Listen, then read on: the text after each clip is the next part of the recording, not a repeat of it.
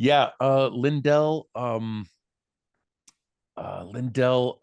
what, n- not, I think even somebody like Trump sees that he's not qualified to necessarily take up a cabinet position.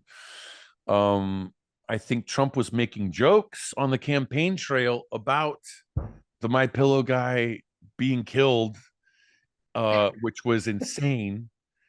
That was at some rally, and Trump was like, Mike Lindell, he's a crazy guy. He's going to end up, we don't know what's going to happen. He's going to end up, they're going to stuff whatever's left of him inside the foundation of a building. He talked about him getting, talked about Mike Lindell, one of his loudest supporters, getting killed by someone and having the body stuffed into the foundation of a building like Jimmy Hoffa. And it's like, what that's how best friends on the right wing side of things operate. Yeah. Well, I have to say, as a big fan of yours, it's been very exciting to see you pop up so much on Jimmy Kimmel Live as Mike Lindell over these past few years. How did that start? How did you start playing Mike Lindell on Kimmel? I had done Mike Lindell a lot on my podcast, The Underculture. Several episodes and a few musical bits. We had him singing a karaoke song. Uh, I think it might be on. I don't know if it's still on YouTube. But I did let Mike Lindell a lot on my podcast, and then a couple of other podcasts, and I played him live at some shows and stuff. But I couldn't get it on TV, and I had tried and tried and tried, and there was I asked my agent at the time, and I asked a bunch of people like, "Hey, I'd love to do this Mike Lindell thing on TV." And this was right when Funny or Die had kind of stopped existing, so Yeah. there was no place if you had a great impression to go even take it to do it. Hmm. And there was nothing, and we gave up, and I was kind of sad and angry about it. And then my friend Brian Cook, who writes on Jimmy Kimmel, out of nowhere messages me and goes, "Hey, could you do a My Pillow guy impression?" At like a week after I had given up on it, and Wow. it was just perfect timing. And I was like, "Absolutely, I could do this. I've been waiting years to do this." And so this was sort of coming out of the harsh lockdown of the pandemic in this spring. It was either late winter or spring of 2021, I think, when the vaccines were a new thing, so people could come back to work. And it was the first big job that I had after the pandemic, and it was so awesome to do that. And then it was, we used to do it without an audience when we first started doing it. And then Oh, wow. when the audience was able to come back in, it was awesome to be able to Yeah. play Did it get a to huge response when a you? large TV Yeah. audience. Yes, yes, I love the room. I love the energy of a live TV audience. I know how to play to that. And oddly Yeah. enough, um, I had this um deja vu feeling because it's my career started out almost exactly the same format on television as the Jimmy Kimmel gig. Um, and I remember feeling that because when I was 25, my first TV gig for like 4 or 5 years was playing George W. Bush on the Late Late Show with Craig Ferguson. Oh, yeah. You were sort of a regular And appearance on there. it was a different building, a different part of town. It was at CBS on Fairfax, and this is at Jimmy Kimmel's on Hollywood Boulevard, ABC.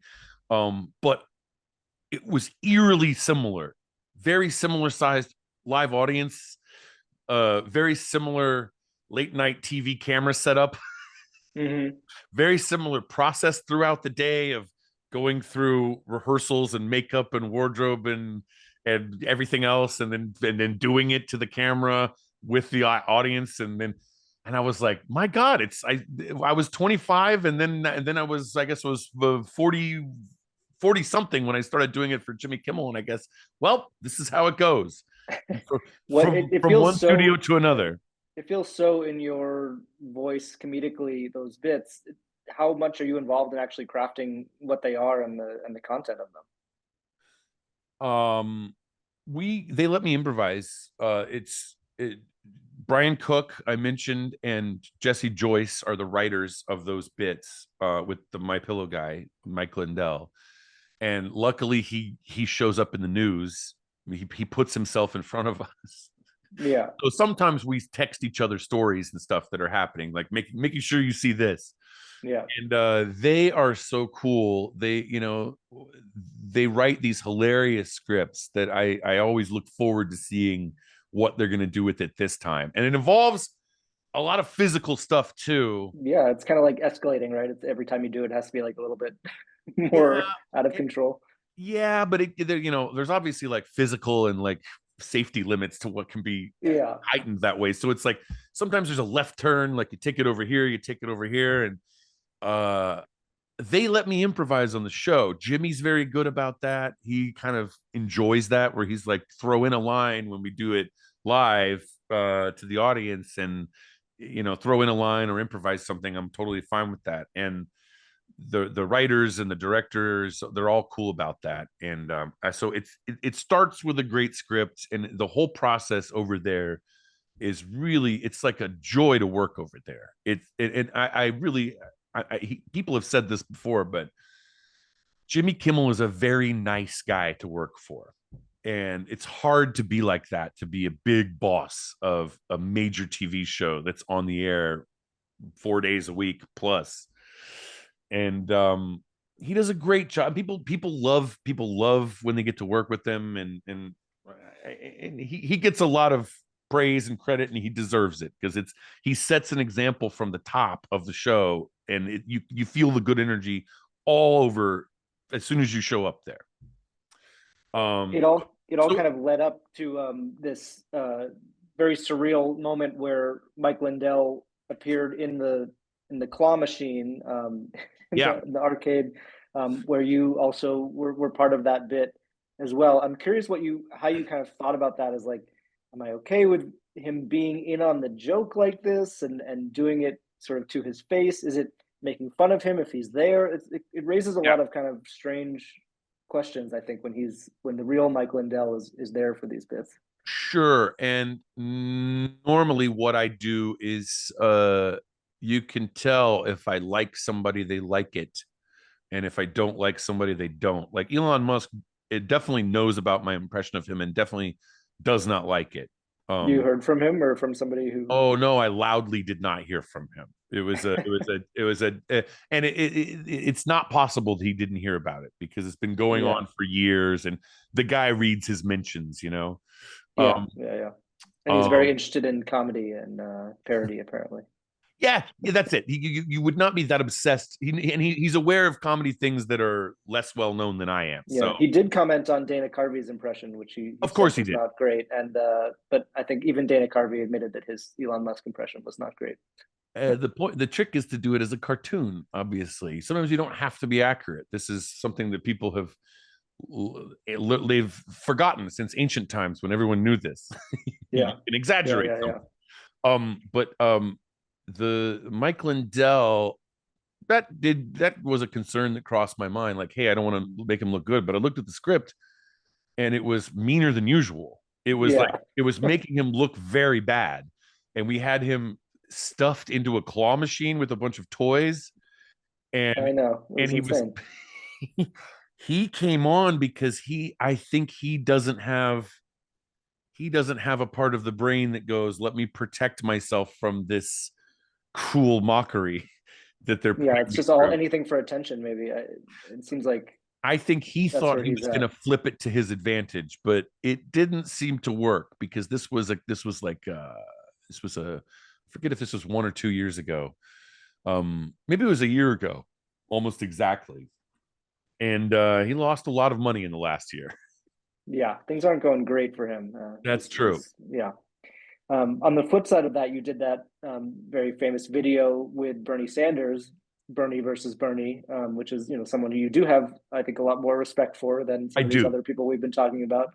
I do. Um, what is the story behind that happening? Because I know it was something that you had maybe wanted to do for a while, and then finally his people convinced him to do it. Is that kind of how it played out? Yeah, yeah. This was I was doing Bernie a lot back in those days in 2016, and then again when before the pandemic This was in 2019 when he was he running ran again. again, Yeah. right? Yeah. Yes. And he came through Long Beach here near Los Angeles. And this is when I was doing my podcast, The Underculture. And we were like, I had a great producer for that. And I mean, I don't want to commit to anything, but I might be bringing that podcast back. But I had the great Oh, producer of The Underculture, Brett Boehm. And we were like, we've got to try this. If he's going to be in LA, we've got to try this. And his people on his campaign had been in touch with me, and also from different directions. The 2016 campaign was completely like had no interest in acknowledging me, but the campaign 4 years later was like a different group of people that was like younger and had seen all the stuff that I had done, and mm, they separately reached out to me from different angles by email wow. and like on different platforms and stuff, and so finally I got them all in one email, and I was like, hey, let's do this. And everybody was excited about it except for Bernie. Bernie didn't want to do it. And I didn't know this at the time, but I pieced it together. That like all of his staffers were excited, and okay, we had set up the time and everything, and oh yeah, this is gonna be great, blah blah blah. And then there was this hesitation that got back to me. Well, the candidate's worried about this. Well, the senators worried about this.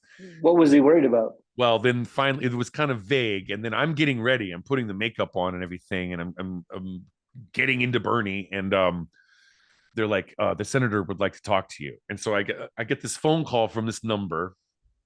And I still have it in my phone as the senator question mark. Um, but I this call, and I go, hello. And then there's this tremendous throat clearing on the other end of the line. Oh, is this James? What are we doing? What are we doing? And he just wanted to know. He was like, yeah, okay. So what is it you want to do? And he wanted me to walk through it with him. And so I was like, I had to say something. I was like, well, Senator, I know this is going to be a real big break for you. So I just want you to know that you have nothing to be worried about. And I just told him like, hey, I'm a big fan. I do an impression, I make fun of you, but I like what you stand for and what you're running on. And he Yeah, I was mean, you like, were okay. helping him essentially with the video. Yeah, I thought I was like, we're gonna make fun of you, but hopefully you'll look like a good sport. And he was like, all right, okay, we'll be down there within half an hour. And so then he came, he did it, and he was grumpy. He was Yeah. grumpy. He didn't quite want to be there. He was like, he came up behind me in the room. I didn't see him coming. Yeah. So he shows up behind me and Snuck up on you. he goes, you look familiar. And we recorded this thing, and it was really popular. People liked it. It was really funny. He's funny in it. There's a meme of him that comes out of it that people, Yeah. the meme of him pounding his fist on the table. Um, and then, but he did not like it. I could tell, I could read his body language, but I was looking over the whole time behind him in the corner. His wife, Jane, was there, dying laughing, covering her mouth, trying not to laugh. So I was like, well, I'm just playing to her. As long as Yeah, that's she's a win laughing, right there. it doesn't matter if he likes it or not. His wife likes it. That's so funny.